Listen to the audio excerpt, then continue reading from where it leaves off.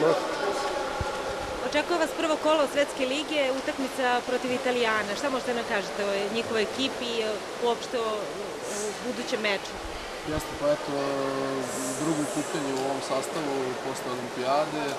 Da kažem, pre 2 nedelje smo imali te mini pripreme sa Hrvatskom, gde mislim da smo mogli da već postavimo malo neki viši standard i eto sada već druga prilika da to i učinimo.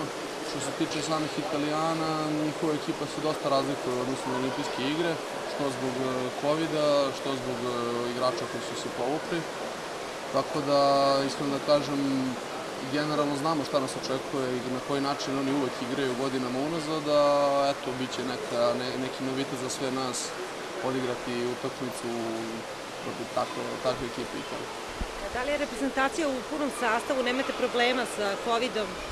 Pa imamo problema zato što Jakšić još nije izašao, tačno još se nije oporavio, zahvatio je COVID odmah nakon te utakmice sa Hrvatskom i mislim da je to što se tiče bolesnih igrača, ostatak je u punom sastavu, tako da očekujemo još jedno dobro izdanje naše reprezentacije. Hvala vam.